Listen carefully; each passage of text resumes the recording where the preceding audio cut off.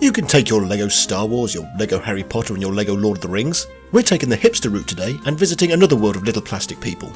Playmobil is something I'm not personally familiar with. I was a LEGO kid. But it seems popular, it's been going since 1974, and like LEGO, it hasn't escaped the law of interactive entertainment. Under the Playmobil Interactive banner, there have been a fair few titles, from the intriguing sounding Rescue from Rock Castle to the rather mundane Alex Builds His Farm. Released by Ubisoft in 2001, we have another European PlayStation 2 exclusive, and the only Playmobil game released on any PlayStation format. So what is hype? Hype for the quest? Hype for the thrill of adventure? No, hype is just the name of the protagonist.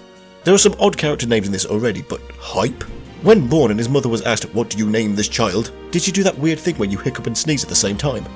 Anyway, Hype and the Time Quest is a third-person medieval action-adventure, obviously aimed towards younger children. It has simple yet crisp graphics that represent the playsets quite well, using the tried-and-true renderware engine. Wow, that was the most 80s VHS logo screen ever.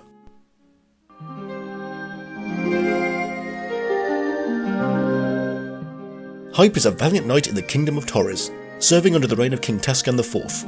After the recent civil war, Hype is praised for his bravery and is rewarded with the Sword of Peace, which looks suspiciously like the Soul Reaver, which shoots sonic booms. Sonic boom! I personally think naming a weapon with the word peace is a tad contradictory. We shall now feast at the banquet of starvation. But the festivities are cut short with the arrival of the ever-enduring medieval adventure antagonist, the Black Knight. He of course wants to take King Tascan's throne.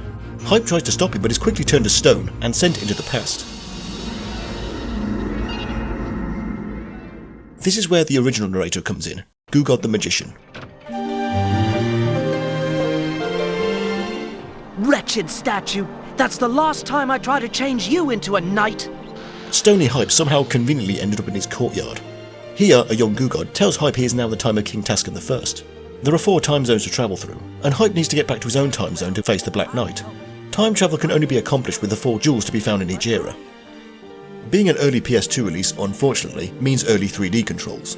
This is another example of giving the game analog character control, but no camera control to the right stick, and strafing designated to the L2 and R2 buttons. Jumping is circle, the inventory is clicking in R3, yeah, the controls are unconventional, shall we say. They even included the seldom used analog buttons on the D-pad. Oh, you don't like old school tank controls? Well here, have it twice. You're taking a risk walking about like that in foreign armour. When appearing in the first era, the locals are weary of Hype, and Tascan I is kind of a mistrusting dick and immediately has Hype thrown in prison. Silence! Seize him! Take his weapons and throw him in the dungeons with the other imbecile from the monastery! Maybe not go around announcing that you're a time traveller. What? You've come from the future to... People might not... They may be... What rubbish! It's too ridiculous for words! Dude, shut up!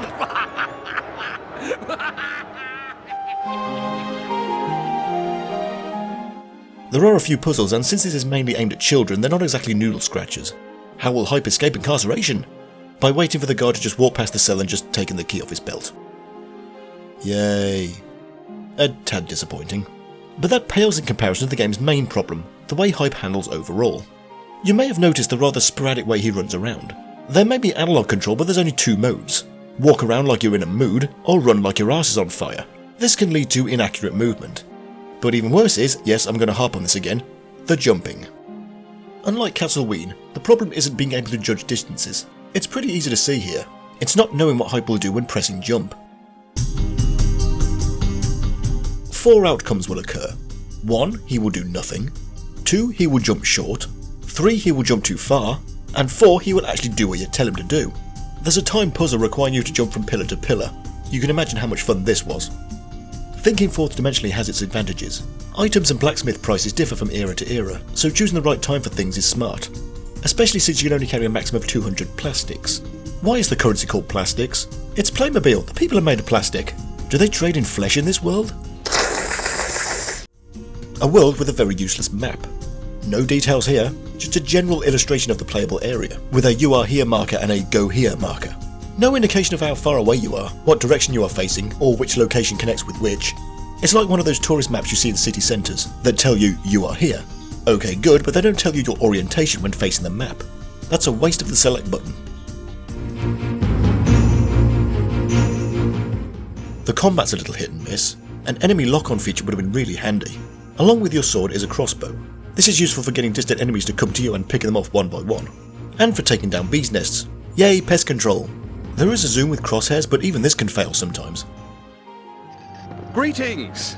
I'm Talbot, Templar Knight from the monastery. The voice acting's not bad. It's nothing Oscar-worthy, but it appropriately has that children's television tone to it, ranging from when Hype first shows up, "Crappity bum clarinets, a strange night, burn it with fire!" to in later eras, "Oh, brave knight Hype, let me suck your handsome plastic asshole." It certainly sounds like they're having some fun. But did I have fun? I could only say, meh. It's a children's game and that's exactly what it delivers, although some boss battles are still pretty challenging. The jumping and inaccurate combat may frustrate many, especially with ADHD kids these days.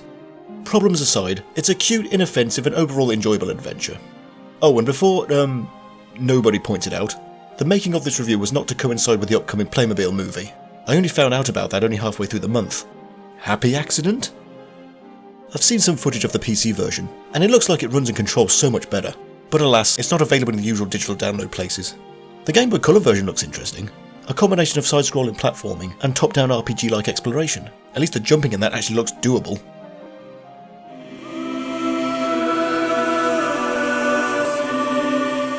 With a bit of spit and polish, this could have been above average for a children's game, but its jankiness drags it down to just average.